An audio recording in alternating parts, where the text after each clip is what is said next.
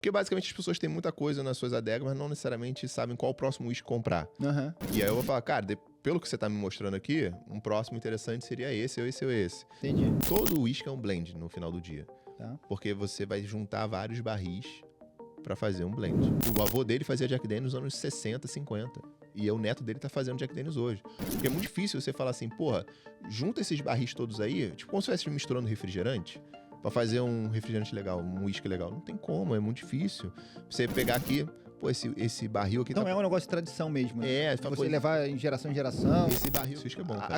A questão o quão líquido ele é, isso tem alguma influência, assim? Então, os vinhos são mais encorpados, assim, mais... Então, às vezes você consegue sentir ele mais oleoso, mais cremoso, ou então mais ralo. Isso tem a ver com a qualidade dele e o quanto que você dilui em água, né? Uhum. O que eu vou te falar agora pra você fazer? Limpe sua taça. Limpe sua taça. Limpe sua taça. Limpe sua taça. Não é necessariamente o mesmo uísque, tá, gente? Pelo amor de Deus. Limpe sua taça. Limpe sua taça. Oh, yeah. Limpe sua taça.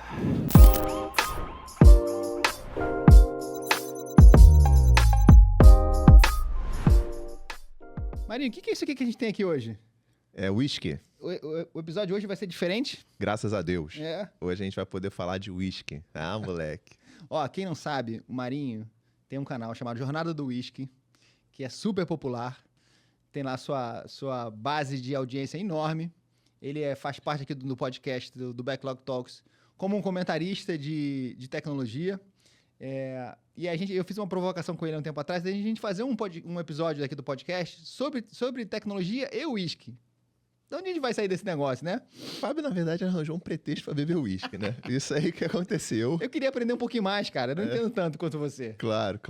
Ele botou aqui umas IA, umas tecnologia que a gente vai falar ao longo do programa, que sim, o whisky tem a ver com tecnologia, principalmente em processo de produção, mas a verdade é que ele quer provar o whiskyzinho, eu trouxe um whisky maneiro pra ele aqui. Cara, como começou essa história do Jornada do Whisky, cara? Cara, assim, tem a história longa e a história curta. Qual que você quer? Ah, pô.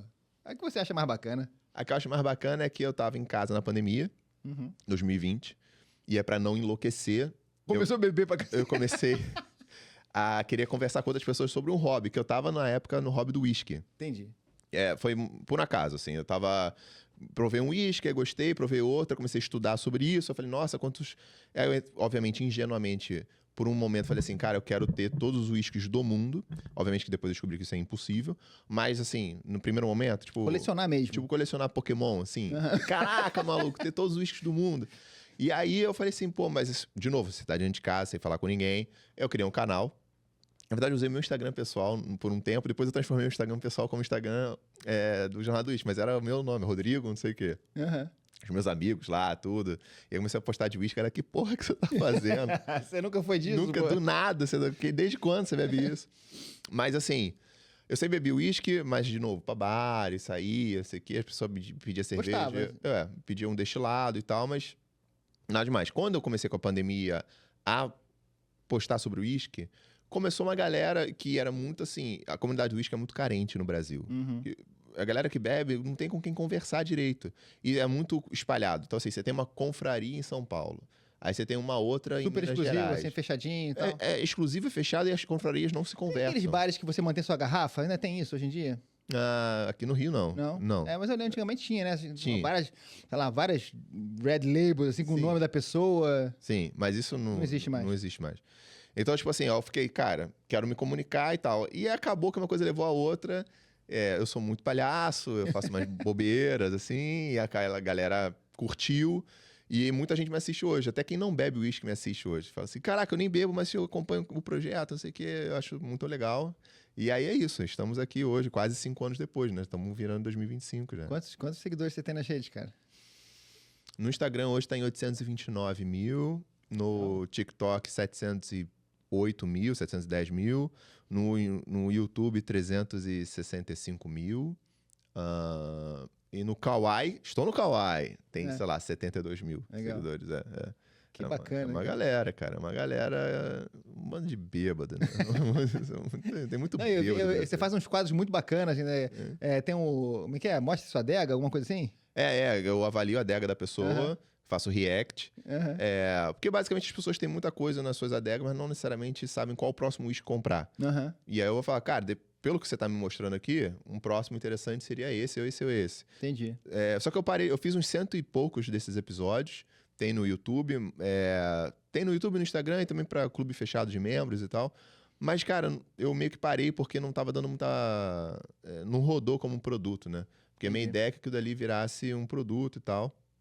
E aí acabou eu não soube gerar valor naquilo ali. Uhum. Então, acabou que o projeto não deu continuidade. Mas tem bastante assim na internet. Se você bota React adega de whisky, React whisky ou qualquer coisa assim, vai aparecer minha cara lá mais de 100 vezes, assim, pra você se deleitar, né? Muito legal, muito legal. É, E é um negócio super tradicional, né? muito, muito. Sei lá, qual é a origem desse negócio? Cara, a origem do destilado é muito antiga. Uhum. Tanto é que a gente começou a destilar perfumes. Vem muito do Oriente Médio e da Ásia também. Mas chegou na Irlanda e na Escócia, meados de 1400 e tanto e tal, 1300. O primeiro documento oficial que se fala de uísque, que a gente entende que é uísque, é de 1495, 1490 e pouco. Quase descobri no Brasil, é que a gente tem o primeiro documento real na Escócia, falando de uísque.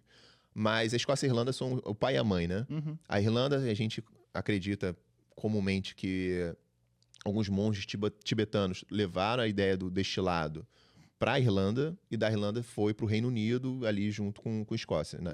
A galera enclausurada quer beber, Exatamente, isso, né? frio pra cacete, né? Então assim, a galera enche a cara.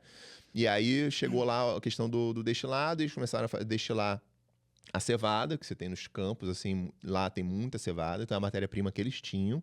Assim como o vinho também se originou, porque na França, na Itália, se tinha muito vinho. Então as coisas vão se originando pelo que você tem no local. Uhum. Aqui no Brasil é a cachaça, porque a gente tem muito cana-de-açúcar. A cachaça vem da cana-de-açúcar. Então o que tinha na época era muito cevada, e a galera começou a destilar cevada, e aí começou a dar certo. Obviamente que a gente tá falando de séculos, né? Tem Sim. 500 anos aí, então no início era... muito Super rudimentar. muito, muita gente morreu, porque se você fizer o corte errado, é um destilado como se você estivesse bebendo álcool etílico e aí morre. Então muita gente morreu, adoeceu no longo do caminho, você tem que saber o que você está fazendo. Teve muito contrabando, o uísque é uma história de muitos contrabandistas. Uhum. É uma história que era ilegal você destilar, e a galera destilava mesmo assim, e vendia mesmo assim. Mercado Negro. Mercado né? Negro, então assim, depois é que veio não é nem o perdão, mas a permissão do rei para Uhum. algumas destilarias. Aí quando abre para uma, vai, né, abre o caminho, né? Vai falar, essa destilaria aqui pode destilar o uísque, porque o rei é o uísque do rei. O rei gostou. Aí fudeu, porque aí todo mundo começou a correr atrás dessa permissão, mas isso levou um tempo para acontecer. Muita perseguição, contrabando mesmo. Coisa de bang, tem história de bang bang. Tem história da galera falando. Porque essa marca que eu tô te falando, que ganhou a permissão do rei, tinha os vizinhos. Que é tudo feudinho, assim, Uhum. sabe? E aí os vizinhos falam assim, ué, E eu? e eu? Aham. Bang bang, eu vou te matar. Então, assim, Vou tem. tomar sua destilaria, né? Cara, tem umas histórias bem assim. Não é uma coisa polida e, sabe, assim, feito. É uma coisa um pouco mais rudimentar. Mas hoje em dia virou uma bebida de luxo, assim, né? Uma bebida nobre, assim, né? Uma bebida cara e tal. Quando nas suas origens não é essa, né? E você falou de bebida cara, minha percepção de leigo, eu vou fazer um papel diferente aqui hoje, né? Essa ideia do envelhecimento, né? Quanto mais velho, mais caro, como é que é isso? Tem duas formas de você ver isso. A primeira é que, sim, quanto mais velho, mais caro, porque imagina que você levou 10 anos para ter retorno do seu capital, ou 15 anos, ou 20 anos, ou 30 anos. Estão pensando Uma economicamente. questão econômica mesmo. Questão econômica. Você gastou um dinheiro ali, investiu um dinheiro para poder produzir um barril. Um barril já vai preencher, sei lá, vamos supor, 10 garrafas. Não é isso, calma, mas vamos supor, 10 garrafas. Para você reaver aquele dinheiro que você investiu naquele único barril, estou simplificando o processo para todo mundo entender aqui. Você tem que vender as 10 garrafas. Uhum. Só que você vai ficar sem vender essas 10 garrafas por 10 anos. Então, Pô, o preço final dela tem que ser o suficiente para justificar todo esse tempo, esse Imagina, investimento. só o custo de investimento, inflação, qualquer coisa de juros que teve na época de perda de oportunidade. Manutenção, que você tem, imagina que tem que fazer manutenção lá do barril e tal. Perda de oportunidade. Uhum. Mano, entendeu? Então, tipo assim, acaba ficando muito caro por isso. Então, essa é a primeira justificativa. A segunda justificativa é porque fica exclusivo. De novo, você tem muito uísque raro, né? que não tem idade declarada. Que é isso, 10 anos, 15 anos, 20 anos. Tem, tipo assim, um red label. Não tem idade, é aquilo ali. O mínimo é 3 anos, tá? Por lei. Mas Bourbon, que é esse cara que eu te trouxe aqui, por lei americana, no dia seguinte você já pode botar para vender. Eles esperam 2, 3 anos, porque senão fica muito ruim. Mas, por lei, no dia seguinte você pode vender. Então, dependendo do que for, você dá giro no teu capital. Agora, 10, 15 anos, você não vai... Pensando em produção, estou falando só coisa economista aqui. Você tem lá uma produção, você não vai botar 100% da sua produção num produto que você vai vender daqui a 20 anos. Você tem que ter um 80% da né? sua produção vai ser para vender o mais rápido possível. 20% Entendi. você pode fazer isso. Então, todo produtor ele tem um produto de mercado e tem um mais exclusivo também. Lógico. Então, e o mais exclusivo, por que ele acontece? Não porque o produtor quer. Porque, obviamente... Mas é porque aquele barril, das duas, uma, ele não conseguiu encaixar nenhum produto, ele não conseguiu fazer ele acontecer, ou ele não tá bom. Uhum. Porque, só pra vocês entenderem, a gente já vai entrar na questão tecnológica nisso. Você bota o destilado num barril e ele vai envelhecendo com o barril e ele vai trocando, quimicamente falando, vai trocando com o ar, o oxigênio do ar e com a torra e com o barril. O barril é queimado, tostado. Então, assim, a troca química que acontece ali entre o uísque, o barril e o oxigênio do lugar, se é um lugar muito úmido, muito seco e tudo mais, a evaporação do álcool é muito rápida, muito devagar. Aquilo dali gera um produto único. Então, imagina o seguinte, você vai ter que ficar ali envelhecendo o seu barril por muito tempo, vai trazer um sabor específico para aquele produto. E único, né? E único. Então, e eu queria entrar nesse campo da tecnologia sobre isso, porque diz a lenda, aí o Fábio vai falar pra gente como é que são os nortes da tecnologia, que eles estão querendo fazer isso de uma forma mais automática, né? Automatizada, sem necessariamente precisar de um humano para isso. Antes da gente chegar lá nessa como é que a tecnologia influencia o processo atual, ou pode vir a influenciar o processo de produção do whisky, como é que se dá essa questão dos sabores, dos flavors? É 100% Porque eu vejo você vendo os vídeos lá e falo assim, tem cheiro de, sei lá, de banana, de trufado. Então, isso é 100% química. Por quê? No processo do whisky, você vai... Só para vocês entenderem, gente. Você faz basicamente uma cerveja azeda. Você pega a cevada, cerveja é cevada, né? Todo mundo sabe que é cervejinha, Brahma, Antártica, tá? É tudo cevada. Na verdade, aqui a gente usa milho. Tem milho, né? Várias coisas, mas a base é a cevada, né? Então, assim, você pega a cevada, fermenta ela, você tem uma cerveja azeda. Ou seja, já tem sabor ali. Porque a fermentação nada mais é do que fermento, levedura. É igual fazer bolo. Então, a cevada que você está usando vai dar um tipo de sabor. Apesar de que 99% das cevadas são todas iguais, tá? Mas ainda assim, você tem um outro processo ali que é da levedura, que é a fermentação. Essa fermentação vai gerar sabor. Mas esse é um outro elemento que você bota no processo. Porque você poder adiciona fermentar. levedura no processo de fermentação. Isso. Você tem que adicionar levedura, senão não acontece fermentação. Tá? A levedura... Tem vários tipos de leveduras, é isso? Tem vários tipos de levedura. Eles geralmente usam uma levedura específica, que é a levedura que eles usam, mas tipo assim... Você vai ter um tipo de sabor ali, porque a levedura nada mais é que ela come açúcar e mija ou peida o álcool, tá? Tipo, é isso. Ela descarta o álcool, mas ela come açúcar. Então, você precisa da cevada ali para poder pegar o açúcar da cevada. Ela pega o açúcar, come e despeja álcool, beleza? Certo. Aí você tem a sua cerveja azeda, de 8 a 10% de teor alcoólico. Aí você vai destilar ela. Destilar nada mais é que você bota... Termos leigos, tá? Você bota no alambique, ou pot still, mas imagina que seja uma panela, tá bom? E a panela começa a ferver. Você liga o fogo ali e começa a ferver. O álcool evapora mais rápido que a água. Então, o álcool evaporou, sai por um cano e você resfria ele, nesse cano é resfriado, e você armazena o teu álcool ali, beleza? Só que o que acontece? Conforme o álcool vai subindo e descendo, tem esse refluxo, o sabor pode intensificar ou deixar mais leve. Alguns tipos... A temperatura que você bota, a velocidade em que o tempo que isso acontece. Alguns tipos... O cano, ele pode ser assim, pode ser assim, pode ser assim. Entendeu? Então, o tipo de cano que você usa, que eles chamam de arm, line arm, não sei o quê. O bojo, a boca, que não é a boca, né? O bojo, assim, a base da panela, do pot still, do alambique. Se ele é em formato de cebola, que a gente chama de onion, ou então você pode ter outro tipo de formato, que é um formato meio assim, como se fosse uma bandeira, sabe? Assim, aqui embaixo. Então, isso tudo vai fazer com que tipo de aroma vai subir e que tipo de aroma vai ficar. Então, ali já tem um processo também de aromas, muitos aromas acontecendo ali. E aí, quando chega no barril, vamos supor que você entra no barril e você tem lá, sei lá, 300 aromas. Vamos supor. O barril vai eliminar alguns aromas, tipo enxofre, alguns aromas indesejáveis. Ele elimina, ele consegue absorver aquilo dali, faz uma transformação e como se fosse uma peneira. E não vai ter mais aquele aroma ali. E outros aromas vão se manter e outros vão se transformar. E aí, assim, como é que vai de novo, como é que é esse sabor? É química. Quando você sente o cheiro da banana, se você for pegar química... Não quer dizer que tem a banana ali, Não. né? É só o cheiro que parece, te ressembla a banana e isso dá uma referência pra você se Exatamente. comunicar. É igual... É porque eu não vou saber química, moléculas, mas tipo assim, água, H2O. Aham. Então, a molécula da banana, do cheiro da banana, tem uma cadeia lá Aham. de sequência. Essa sequência é muito parecida com um dos E aí elementos que tem ali. Parece banana. E aí vai te lembrar, porque o olfato tá ligado à memória. Então vai falar, caraca, isso tem cheiro de banana, ou de caramelo, não sei o quê. Uma coisa, se você nunca provou aquilo, você não vai sentir cheiro daquilo. É muito... Você vai falar, cheiro estranho, não sei o que é, ou então cheiro de álcool. Mas porque você precisa ter sentido algum tipo de contato prévio com aquele cheiro ali.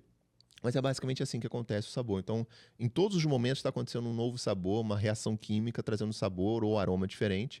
E aí entra o processo de um barril. Qual barril utilizar? Porque você pode escolher um barril americano, um barril europeu, com um barril japonês, que são carvalhos diferentes, tipos de madeira diferentes. Quanto tempo você vai deixar no barril? E o barril tem torra, tá, gente? Você tem que queimar o barril. Por dentro. Queimar por dentro antes de botar. Então, a torra... Queima mais, queima menos.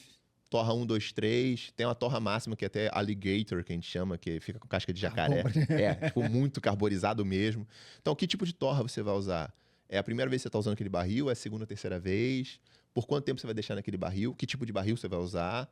E, de novo, no processo pregresso, no refluxo ali do alambique. Quanto tempo teve de refluxo? Qual tipo de braço? E qual tipo de bojo que foi o teu alambique? Tem alambiques específicos. E antes, um processo pregresso antes. Qual tipo de levedura que você usou? Como é que você fermentou isso?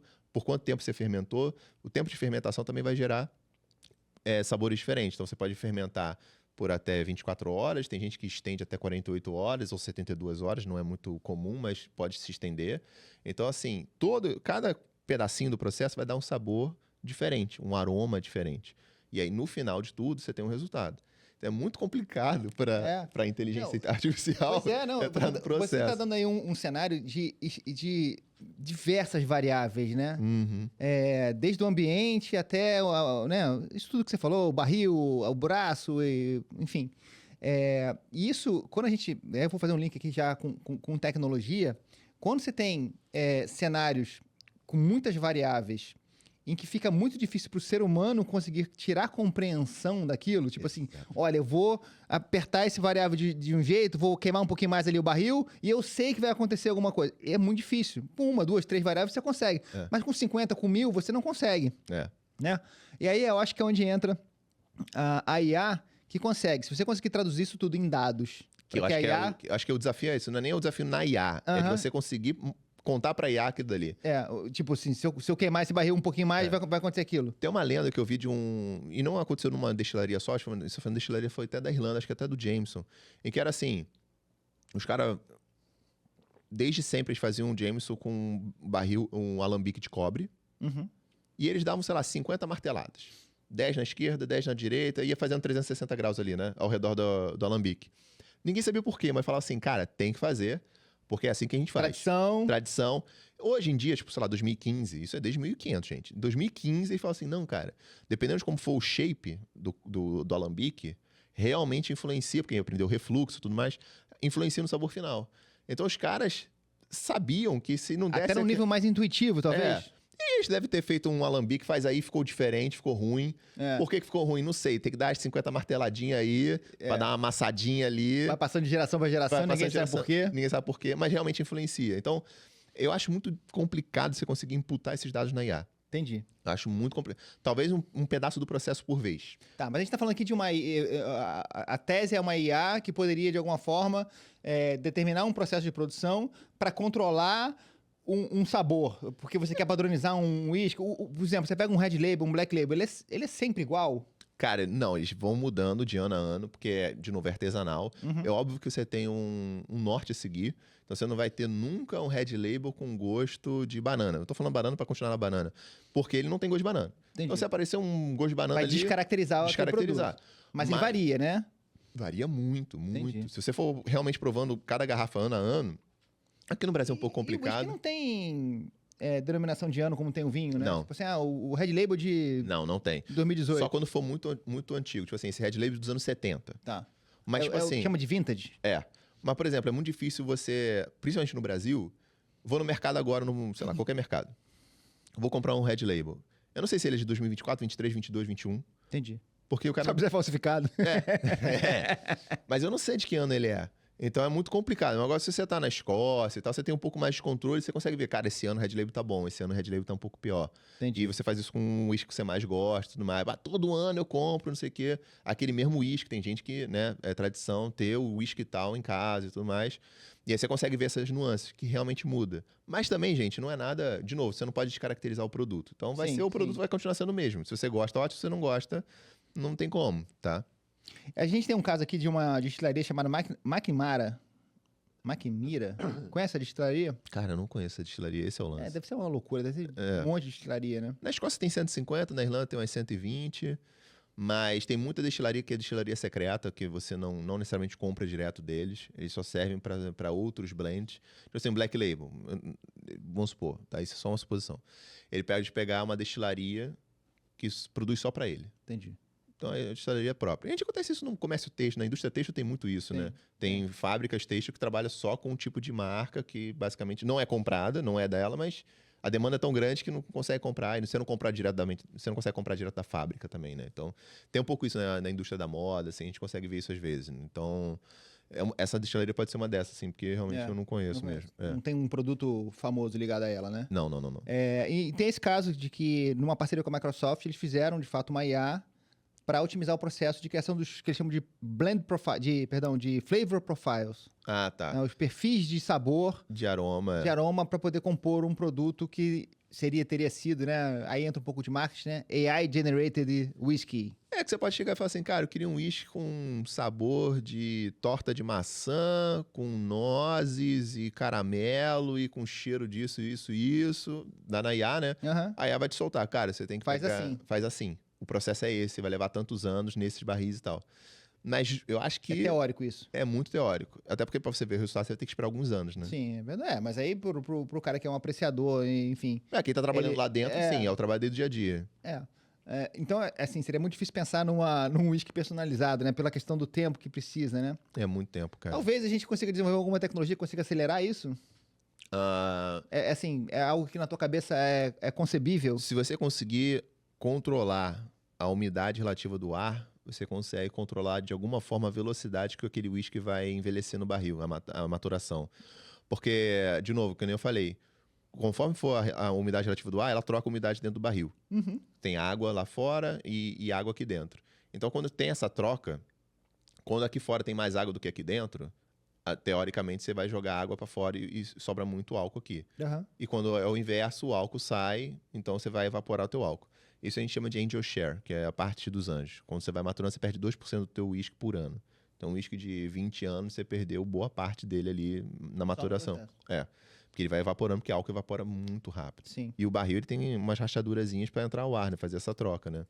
Então, tipo, o que acontece é você, dependendo de onde você está, tipo, em Taiwan, um uísque de 3, 4 anos é como se você chega num resultado que levaria 10, 12 anos para chegar na Escócia. E se você demorar muito tempo, tipo um whisky de 10 anos em Taiwan, provavelmente você tem uma coisa muito pequenininha de tanto Angel Share, você perde muito. Nos Estados Unidos também, a maioria é feita no Kentucky. Tem uma lei americana que não à toa, você pode envelhecer só um dia e já tá bom. E normalmente eles envelhecem por 3, 4 anos e tal, para ter uma qualidade mínima. Porque lá também você vai perder muito rápido. Não é igual na Escócia e na Irlanda, que são lugares muito úmidos e muito frios. E evapora mais devagar. Então, assim, nos outros lugares vai evaporar muito rápido. Aqui no Brasil também. A lei brasileira, a idade mínima não é 3 anos, que é igual a escocesa, irlandesa e japonesa. Aqui é 2 anos e meio. Para você já, depois de 2 anos e meio maturando em barril, você já pode... 2 anos e 10 meses, tá? Você já pode dizer que ele é uísque. Porque, dependendo do lugar... E é isso que eu tô querendo dizer. Se você consegue controlar um ambiente controlado, real, você consegue controlar a umidade do ar real mesmo, quase que uma coisa super isolada... Teoricamente, você conseguiria controlar essa evaporação e acelerar o processo ali. Por que ninguém faz isso hoje? Talvez seja muito caro? Cara, eu acho que é muito caro. E tira um pouco da magia, do envelhecimento? Não sei se é magia, eu acho que é muito caro e você meio que vai usar a natureza a seu favor, né? Uhum. Porque você vai criar um ambiente, sendo que você já tem um ambiente. Entendi. Entendeu? É questão do tempo, né? Reduzir o tempo. Não, sim. Caso você queira produzir uma coisa... Mas, de novo, por que você quer produzir mais rápido? Claro, dá giro do capital. Mas, em teoria, você já está com o capital rodando Porque toda destilaria de uísque, na verdade, ela começou ou há muitos séculos atrás, literalmente 200 anos, 100 anos atrás, as que existem hoje. Então, já está com capital de giro rodando ali há muito tempo. Ou então, você começar agora, você começa a vender gin, você começa a vender outras coisas, outros destilados, que não precisa desse tempo de maturação para dar o capital de giro. E você deixa alguma coisa ali no teu barril. Porque senão você perde a natureza e fala assim, porra, eu tenho um uísque canadense, mas eu inventei um ambiente escocês. Aí você vai... Então não é bem um uísque canadense, né? O marketing escocês feito no Canadá. fica um marketing meio bunda, assim, sabe? Não tem muito... Então não se tem muito essa necessidade, assim. Porque o capital de giro está sendo resolvido com outros destilados daquela empresa, como um gin, por exemplo. Eu tenho aqui um outro caso, Marinho, de outra destilaria chamada Ben Suntory. Essa é mais famosa, né? Não, essa é um grupo que é da Jim Beam, Uhum. que se juntou com outro grupo japonês chamado Suntory, que é o maior de bebidas japonesas do Japão, obviamente. Eles não vendem só uísque, vendem todo tipo de suco, refrigerante. Um grupo mais... Tipo uma Coca-Cola do Japão, assim, é gigantesco mesmo, assim. Uhum. Eles se juntaram, antigamente era Beam Suntory, hoje em dia é Suntory Global Spirits. Tá. Eles mudaram o nome, mas foi esse ano agora que mudaram. Tem 3, 4 meses que mudaram esse nome. Mas sim, conheço, é um grupo Qual é o gigantesco. produto mais famoso da Beam? Jim Beam, o Jim Jim Beam. Beam. O Jim Beam é o mais famoso aqui pra gente, né? Do Brasil. E nesse caso aqui, também um processo de utilizar IA, mas numa pegada de blending. Uhum. E aí eu queria que você me explicasse o que é blending. Blend, todo uísque é um blend no final do dia. Tá? Porque você vai juntar vários barris para fazer um blend. Então imagina, se esse processo todo que eu te expliquei, tem um barril lá. Só que, pô, você tem que fornecer milhões de garrafas. Um barril não vai sustentar milhões de garrafas. Então você vai precisar juntar vários barris para poder preencher aquelas garrafas todas. Então você vai ter que fazer um blend. Então não necessariamente o sabor de um único barril é o que importa. Salvo exceção porque tem casos de garrafa fala assim single barrel, ou seja, um único barril. Significa que ele... Esse é um vídeo um whisky mais exclusivo, não? Vai geralmente ser mais caro porque... De novo, você não vai ter um custo diluído entre vários barris. É um barril só, que ele só consegue produzir umas 70 garrafas, então, assim, é numerado. Então, aquele barril ali, você tem aquela garrafa ali. Tem, sei lá, 70 garrafas por barril, vamos supor. Então, é bem limitado. Agora, quando você não tem esse tipo de esquema, você vai juntar diversos barris, seja da mesma destilaria ou destilarias diferentes. E a gente tem as nomeações para isso. Quando a mesma destilaria é single malt, no caso do escocês. Single malt, vários blends da mesma destilaria. Então, single malt significa que é de uma única destilaria, 100% você vai na maltada. Só isso. Mas são vários barris, porque como é que você vai fazer a produção de larga escala? 10 segundos de pensamento, você fala, pô, realmente, não tem como um barril preencher o mercado mundial. Então, você vai fazer esses blends. Então, eu acho que o que eles estão querendo fazer é assim, cara... A gente fala de barril grande, né? É um barril do Chaves. Não, então é um barril pequeno. Não é que nem... Porque tem aqueles barris enormes, assim. Então, os barris enormes, assim, os tonéis, assim... É para fazer a cerveja azeda, fazer o wash, para poder trabalhar em larga escala. O whisky, necessariamente, você faz num barril menor. Para poder envelhecer, né? Senão você não tem tanto contato com o barril, com a madeira. E, pô, imagina armazenar 20 barris do Chaves, você empilha, assim, num triângulo. Barril do Chaves. Num triangulinho. Hoghead, pode ser, o Butts. Você pode falar os nomes, mas, tipo, eu tô zoando pra galera poder pegar o tamanho e tal. Se você consegue fazer uma empilhadeira, assim, em triângulo... como se fosse uma coisa de sinuca, e beleza. Agora, um gigante, o diâmetro daquilo ali, e carregar aquilo ali pra lá e pra cá, imagina, tipo, não é muito fácil. Aí teria que ter maquinário pra isso, tipo, não. Então, melhor um barril que uma pessoa não consegue carregar, porque é muito pesado, mas ainda assim é mais fácil. Um mini tratorzinho, que nem se chama trator, né? Um mini carrinho, assim, que tem uma empilhadeira, assim, já é o suficiente. Então, você não deixa senão você ia fazer uma coisa, imagina, uns barris gigantes só pra envelhecer. Pra você extrair aquele líquido ali, pô, você teria que ter uma piscina gigantesca para poder escoar aquilo ali. Você teria que ter literalmente um trator para poder pegar aquele peso todo. Então, não é usual, assim, né? E o processo de blend também é isso. Você também tem você consegue criar uma variabilidade do produto em função de qual blend que você faz. Sim. Tipo, Jim Beam. Você vai ter vários barris que eles usam na destilaria dele, mas você precisa seguir o padrão da marca. Você não pode... o profile deles você tem que seguir.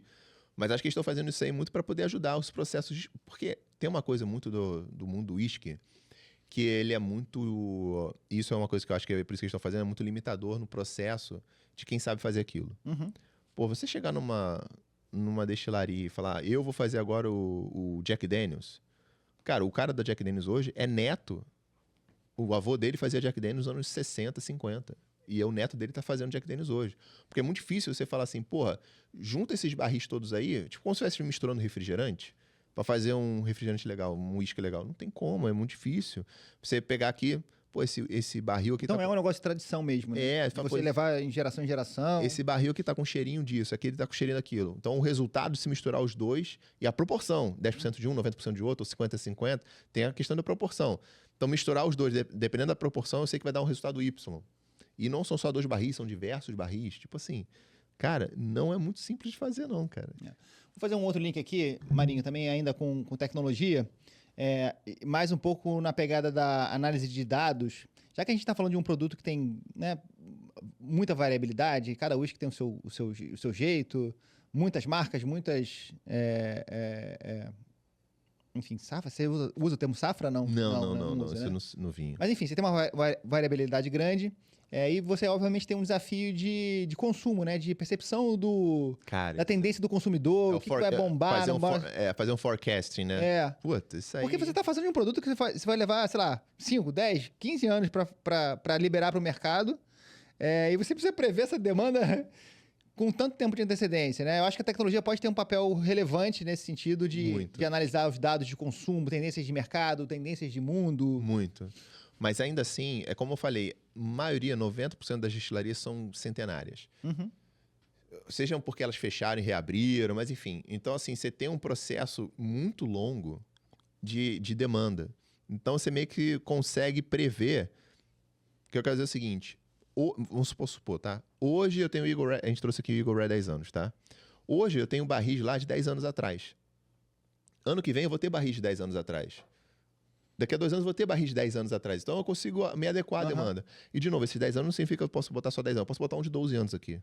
Posso botar um de 13 anos aqui. Sim. Então se eu não consumir o estoque nesse ano, porque não teve demanda, eu consumo no ano que vem. Isso aqui só fala o seguinte, a menor idade aqui é 10 anos. Mas pode ter um de 20 anos aqui. Porque eu estou consumindo estoque. Entendi. Então, não necessariamente você está preso em usar só 10 anos. Acho que isso dá uma folga nesse forecasting de falar assim, cara, primeiro, é uma indústria que a maioria dos players são muito antigos. Então, já tem um estoque ali rolando, e já tem uma previsão. E mesmo que eles errem a previsão, eles conseguem fazer isso que eu te falei. Eles vão ajustando. Vão ajustando. Até porque a previsão a gente sempre erra, né? A gente pode chegar perto, mas em algum grau ela vai estar errada. Já aconteceu, não é muito raro, do produto acabar. De acabar no mercado, esgotou. E aí, eu quero mais. Sinto muito. Espera daqui a 2, 3 anos. Já aconteceu. Tipo, o Green Label, que é de 15 anos, ele tem que ser, por lei, 15 anos. Mínimo, né? Pode ter mais. Ele já saiu do mercado umas 2 ou 3 vezes. Porque eles erraram, porque ele foi ganhando muito popularidade, e você não tem demanda, resposta tão rápido. A galera fala que ele é o melhor de todos os labels. Todo mundo gosta muito dele. Então ele foi ganhando muita notoriedade nos anos 90, 2000, 2010. E aí, eventualmente, ele já saiu umas 2 vezes de linha e demora 2, 3 anos para voltar. Porque é isso, se acabar, não tem muito o que fazer, sabe? Então, é um problema mercadológico, sim. Mas, grande parte das vezes, eles não erram a mão, não. Eles estão muito afiados, assim, com o público, com a demanda do público. Para eles errarem a mão, que a demanda aumentou muito, muito rápido. Porque, de novo, eles têm estoque antigo. Eles podem talvez algum sistema de machine learning, de análise preditiva, pudesse ajudar nesse sentido. Com certeza. E distribuição também, né? Porque, às vezes, um mercado... Por exemplo, o mercado está se desenvolvendo naquele uísque ali, naquela garrafa. Aí você fala assim, pô, previsibilidade, fazer um machine learning. Eu acho que esse país, essa região, consome muito destilado. E a gente jogou lá um lote e acabou em 1 mês. Então, assim, eles vão, daqui a 3, 4 anos, esse desejo vai aumentar mais, então a gente tem que aumentar a produção, tem que se preparar para isso. Acho que sim. Porque, de novo, são muitas variáveis, é muito complicado. Então, começa a virar uma mistura de um processo absolutamente tradicional, né, de centenas de anos e tudo mais, com avanços tecnológicos que permitem que essa indústria, né, floresça cada vez mais e consiga atender ao público cada vez melhor. Sim. É a mesma coisa acho que quase todos os processos artesanais, assim, é um produto agrícola praticamente no final do dia, né? Não, processados e tudo mais, mas se a gente não trouxer a tecnologia, você não consegue atender a demanda mundial, falando assim, né? Então, principalmente se você estiver atingindo novos mercados, tipo, a China não é costumeira de beber uísque, por exemplo, mas tem mais de 1 bilhão de pessoas lá. Então é grande de qualquer jeito. Cara, se eu não me engano, acho que tem alguns milhões de pessoas que têm uma renda per capita. Tem um grupo de pessoas que mora ali em Pequim, mora na costa, em que eles têm uma renda per capita maior que a americana. Então, tipo assim, se você consegue emplacar o uísque naqueles caras ali, você tá entendendo? Uhum. Então é uma coisa muito... Como é que você vai prever esse estoque? Porque é uma coisa que você está descobrindo um planeta novo, né? Uhum. Então, isso é uma coisa que é importante a gente estar ligado na tecnologia para poder ajudar, né? Porque senão... A gente vê aí a Escócia, né? O whisky escocês, o famoso whisky escocês. Mas que outras regiões, assim? Tem o Kentucky nos Estados Unidos. Mas me chamou a atenção, eu ganhei um whisky há um tempo atrás japonês, Bom. né? Bom. Aí me chamou a atenção, não tinha essa percepção de que o Japão é um grande produtor de muito whisky. Né? Como grande é que é isso, assim, esse cenário mundial de produção de O whisky? cenário mundial é Escócia, que é meio que o pai de todos. A Irlanda é a mãe de todos, que na verdade nasceu nela, mas ela não é muito famosa em exportar whisky e tal, mas é um grande nome, é dali que vem. Canadá, muito famoso pelos seus whiskies de centeio, mas não exportam muito, mas são muito bons. Eles têm uma cultura boa de whisky. Estados Unidos, com seus whiskies de centeio e bourbon e Tennessee whisky. O Jack Daniels é um Tennessee whisky, feito no Tennessee. E existem outras destilarias no Tennessee, umas 30 destilarias no Tennessee, mais ou menos. E a gente tem o whisky brasileiro também, que as pessoas quase não sabem, mas tem, a gente pode provar aqui. Não é grande coisa no mercado mundial, mas existe. E é de boa qualidade? De boa... Existe. Eu zoando. Cara, a galera vai ver isso aí, acabou lá. Não. Boa qualidade, sim. Tô brincando. Tem o japonês, que tem Eles pegaram basicamente... Eles foram... Quem criou o whisky no Japão... Criou não, que já existia, mas assim... Levou, né? Levou o whisky no Japão. Foi o Santori, né? Tipo, Satoshi alguma coisa. Esqueci. Satoshi Tori, uma coisa assim. Ele foi, se eu não me engano, tá? Ele foi pra Escócia, morou lá um tempo, trabalhou nas destilarias escocesas e casou com uma escocesa e voltou pro Japão. Ele falou assim, aprendi como é que faz, vamos fazer melhor. Porque, né? O japonês é brabo, né? O japonês é bicho ruim, né? E aí meio que ele se juntou com um sócio dele e dali saiu as duas maiores empresas de whisky no Japão, que é a Nikka e a Suntory. Uhum. Cada uma tem mais de uma destilaria e tudo, são gigantes. São grupos. São grupos. Mas tem o Japão e tem, que muita gente não sabe, tem whisky sul-africano, na África do Sul. Tem whisky francês.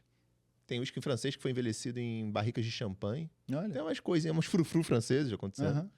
Mas, basicamente, tem whisky taiwanês, que já ganhou como melhor do mundo. É muito, muito bom. Mas um ponto fora da curva, É imagina. um ponto fora da curva. Tem o whisky australiano, que também já ganhou como o melhor do mundo uma vez.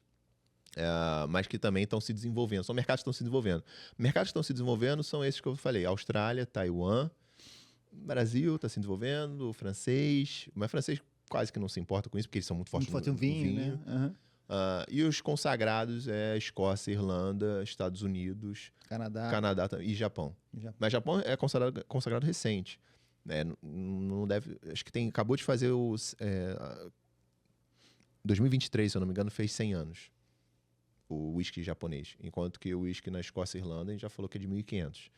Registrado, ou seja, é de antes, de 1300. Então, assim, o Japão, apesar de ser muito novo, mas aos nossos olhos, geracional, ele já é meio consolidado. Entendi. Mas é novo. E australiano e todos os outros é muito emergente mesmo. O brasileiro, então, tá engateando. A gente é muito bom na cachaça, mas estamos engateando. Sim, Quer beber? Quero beber, quero lá. experimentar. Quero que você me explique tudo. O que você tem aí Isso hoje? aqui é um bourbon, whisky americano, tá? Feito no Kentucky. O que você fez essa... Só pra molhar a rolha, eu sempre gosto de manter a rolha molhada, senão ela vai craquelando, vai secando. Tá. Se ela ressecar e craquelar, começa a entrar oxigênio aqui. Aí vai mudar o evapora sabor. o álcool e muda o sabor. Então você vai ter aqui um whisky americano, um bourbon, feito no Kentucky, na destilaria da Buffalo Trace. Antes de eu experimentar, a história do Limpe Sua Taça. Então, o que eu vou te falar agora pra você fazer? Você vai botar pouquinho de uísque no... Eu vou te acompanhar aqui, vou te explicando passo a passo. O que acontece? Algumas pessoas não conseguem beber uísque porque só sentem cheiro de álcool. Certo. Muito forte, cheiro de álcool, não sei o que, não.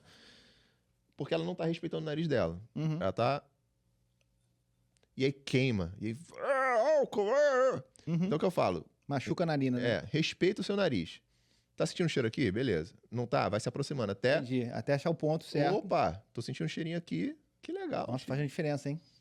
Se você botar muito perto, É o álcool. fica mais difícil de separar o... O álcool dos aromas. No caso, eu consigo porque eu já tô Você acostumado. tá treinado, é. Eu vou falar qualquer coisa aqui. Quando você bota o nariz aqui... Frutas vermelhas. Quando você bota o nariz aqui dentro mesmo, você tem que controlar a sua respiração. É respirar muito pouquinho. devagar. Se você... Você vai puxar muito... Muito. Aí você vai ficar... meus olhos e tal. Mas, de novo, caso você não consiga controlar a respiração e tal, faz isso. Uma outra dica é fazer com a boca aberta. Pode estar sorrindo, porque isso vai aliviar um pouco os aromas do álcool. E vai passar por aqui, né? As cavidades. E aí que você vai sentir algum cheirinho de caramelo, Madeira, talvez? madeira, com certeza, doce, baunilha.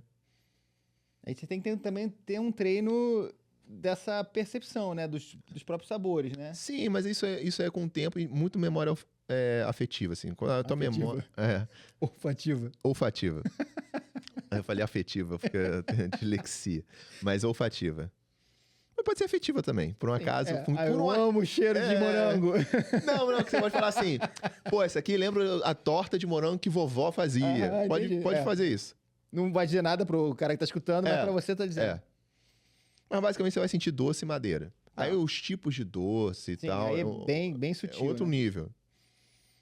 É interessante essa coisa de você controlar a respiração. Faz bastante diferença na capacidade de perceber. De perceber.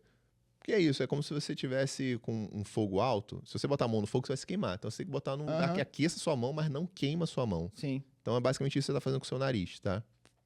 E eu faço o limpo sua taça, só pra todo mundo entender. Porque em casa, isso tudo que eu falei, não dá pra fazer. Então você pode fazer isso aqui e limpar a taça, que a taça vai estar limpa, mas ainda vai estar com um cheiro do produto. O resquício de produto ali. E aí o cheiro, cara, vai ser muito mais fácil. Ah, então era um processo que você faz pra conseguir perceber melhor Exatamente. os sabores. E vai perceber muito melhor. Aí a gente não vai fazer isso aqui, mas... Vou sujar o som do estúdio aqui. Vamos ver.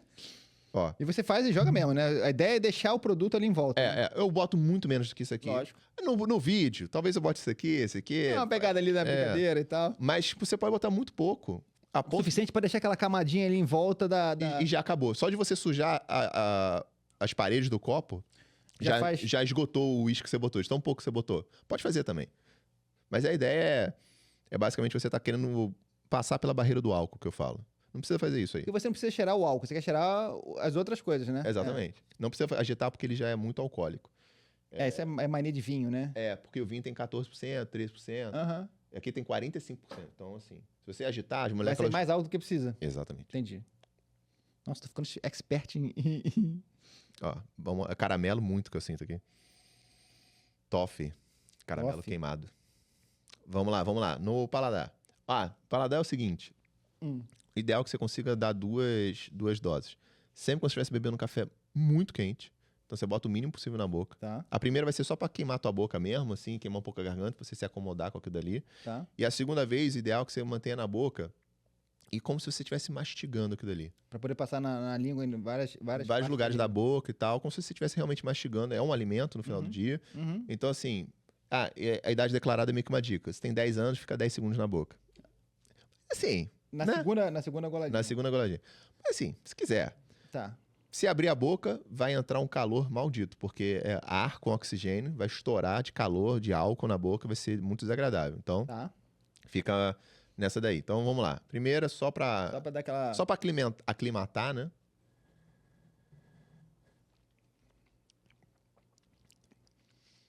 Muita madeira, seco, mas tem um Bem docinho seco. ali. Não consigo ver tanto doce, não. Tem um docinho ali, mas é seco bem e seco. madeira. E na segunda, Faz isso, bota. enquanto ele tá na boca, você tá passando pela boca e tal, pode sentir os aromas de novo, porque vai te ajudar a sentir, a perceber os aromas, o sabor na boca e tudo.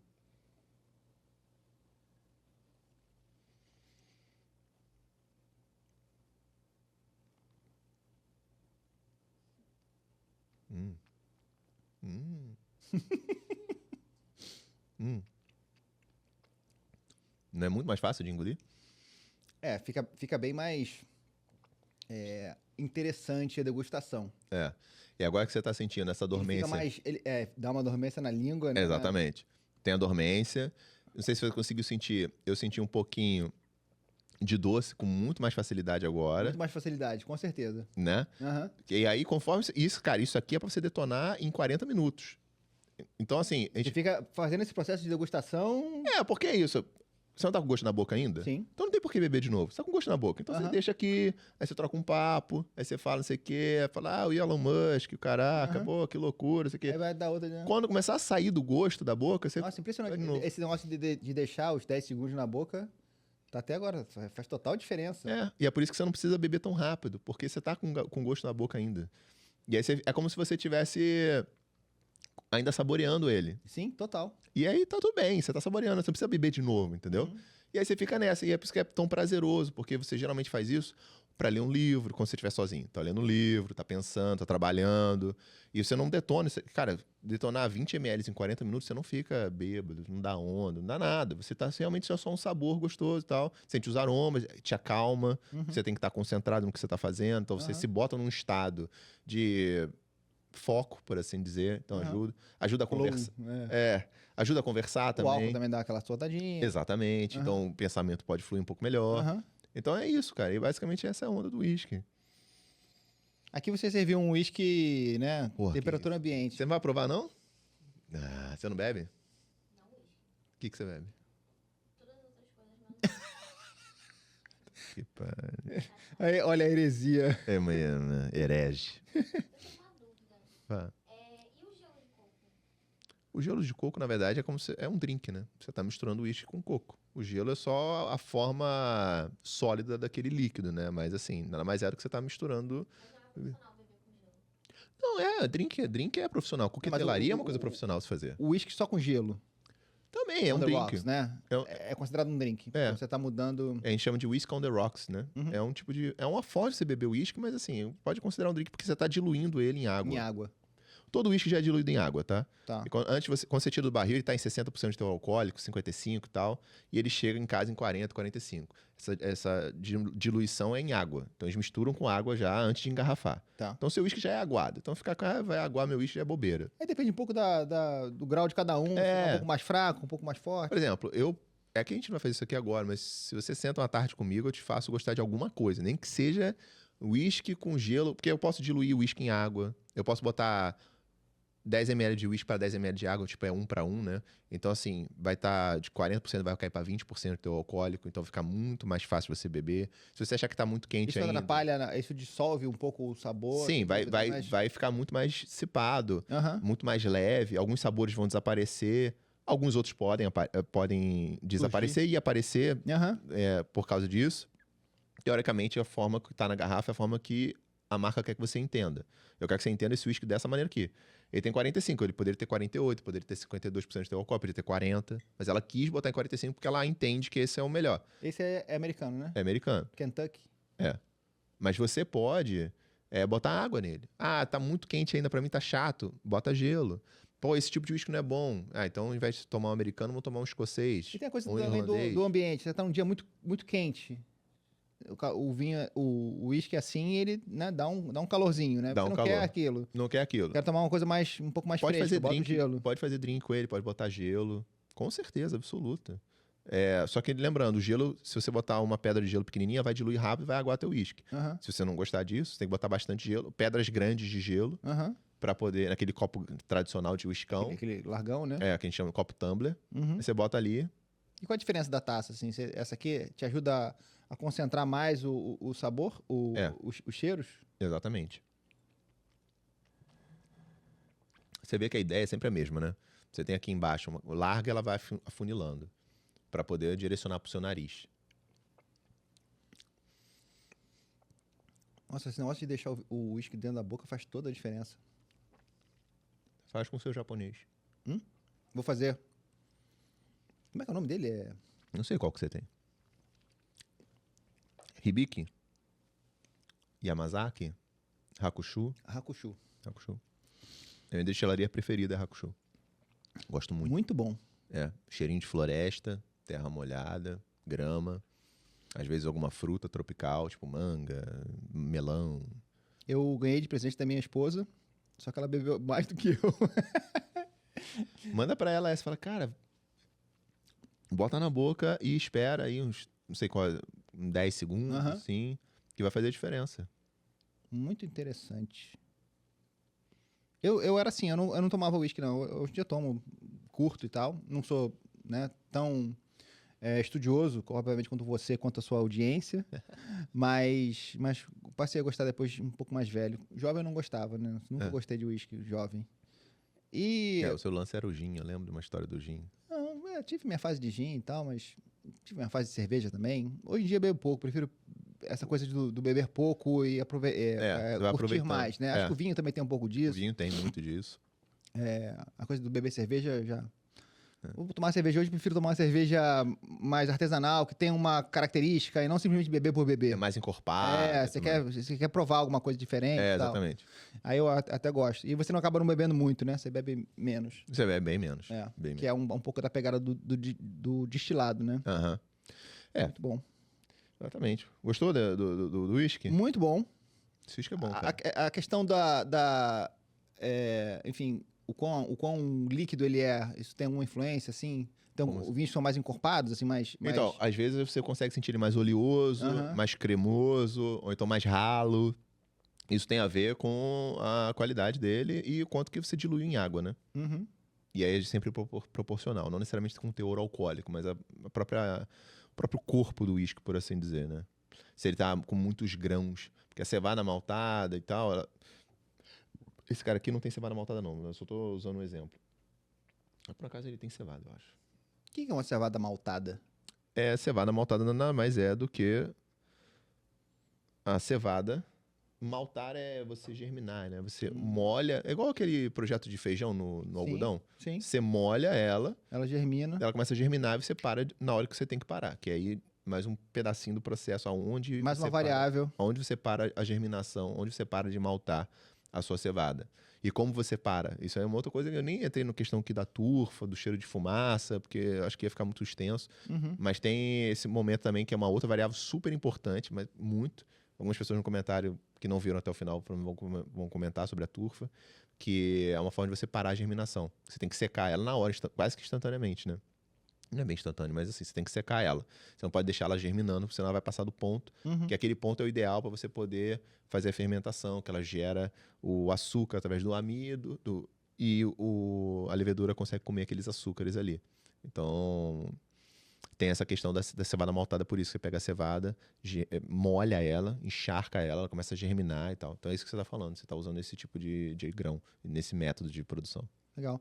No final das contas, a gente está falando aqui de uma biotecnologia centenária, que agora começa a ser influenciada no seu processo produtivo com outras tecnologias digitais e IA e tudo mais. E que tem só como trazer benefício aí para o consumidor, no final das contas, que é quem, né? E mais vai se aproveitar disso, com certeza. Marinho, para fechar, qual a dica que você dá para quem está querendo começar uma coleção? A dica máxima, eu acho que é você vai devagar. Tem uma coisa chamada tempo do copo. Tempo do copo, tempo de copo.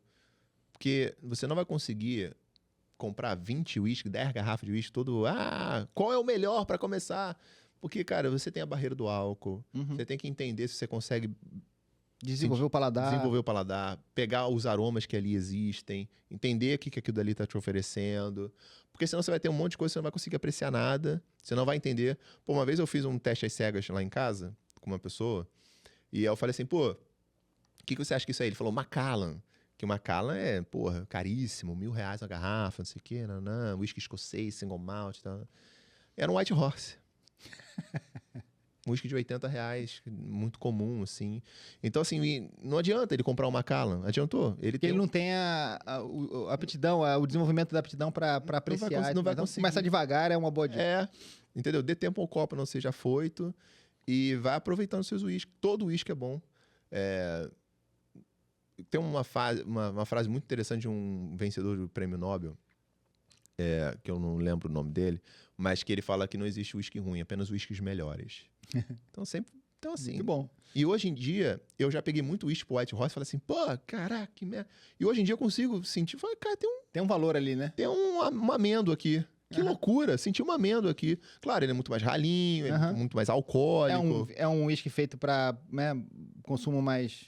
Mas você sente uma coisa, eu falei, caraca, consegui sentir uma coisinha aqui que eu não sentia antes e tal. Então, assim, eu só consegui sentir isso hoje. Mas na época eu só sentia álcool e gosto de cinzeiro. Isso é uma merda. Mas não, tem coisa ali interessante rolando. Só que eu não tava preparado para aquilo, porque é muito mais difícil de achar essa coisa interessante nele, seja verdade. Mas ainda assim existe. Então, não tenha pressa, senão você vai acabar comprando uma Macallan de R$1.000 e não vai conseguir apreciar uma Macallan de Tirar o R$1.000. valor daquilo ali, né? Não tem valor nenhum, porque você tá... É só um destilado alcoólico que você tá bebendo e... destilado, legal, Estou mas... com bebendo uma gala. mas tem a sua onda, mas você não tá apreciando de verdade. Tanto é que você achou que o White Horse era um Macallan. Então, já mostra que não é pra... Entendeu? A mesma coisa é você pegar uma Ferrari e você não sabe nem dirigir. Você fala, mas precisa, não vai saber se ele é... vai de 0 a 100, mas vai fazer o que com 0 a 100? Vai bater no poste e não consegue controlar, né? Exatamente, entendeu? Bobeira. Então, vá devagar, dê tempo ao copo, tempo de copo. Aham. E é isso, a dica máxima. Muito legal, muito legal. Bom, Vamos seguir. vamos seguir então. Marinho, obrigado. Adorei Obrigado. conhecer um pouco mais. Eu não conhecia, não tinha tanto conhecimento, apesar de gostar. Mas incrível o teu conhecimento. Cara, chocolate aqui, hein? É? Pô. Chocolate. E, cara, incrível o trabalho que você faz lá no Jornada. Pô, obrigado. Tomara que dê cresça cada vez mais. Tô esperando ficar rico, Fábio. Pô, tá difícil. Maravilha. Valeu, gente. Pessoal, obrigado. Tchau, tchau. Obrigado.